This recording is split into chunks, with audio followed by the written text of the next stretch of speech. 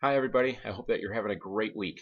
It's going to be great to be back. I had a wonderful vacation. Thank you. And I'm excited to be back and worship with you on Sunday and also just to connect in whatever way that I can throughout the week. This weekend, we have a special guest. David Michael Carrillo is coming. He's a musician and missionary from Latvia. So we're excited to welcome him and to hear how God is working in and through him in that country, and also to be blessed by having him help lead us in our time of singing and praise. So I hope that you can make it at 10 o'clock on Sunday, this coming Sunday.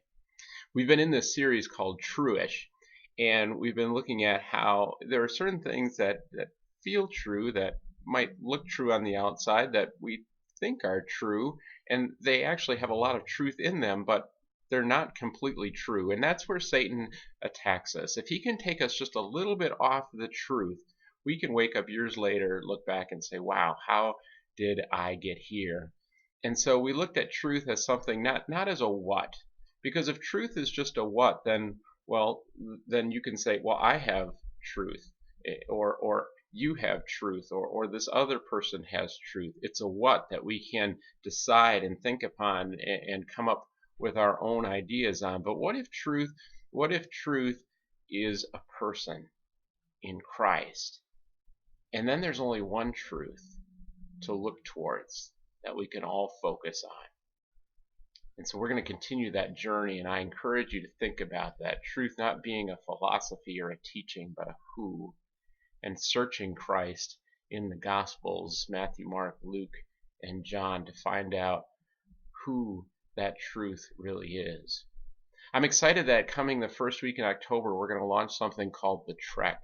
Now, The Trek is a ministry about finding the truth. It's a 25-week program. It's 3 hours a week. It's a big commitment.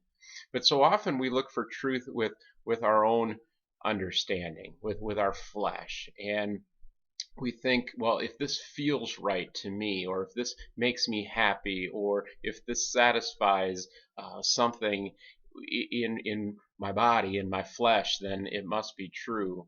And so then our emotions are driven by that fleshly desire.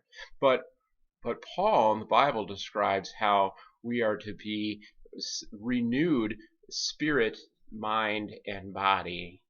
And so if we start with the Spirit of God, which is truth, and we let Him define then our emotions, then our behaviors will simply follow the path of truth.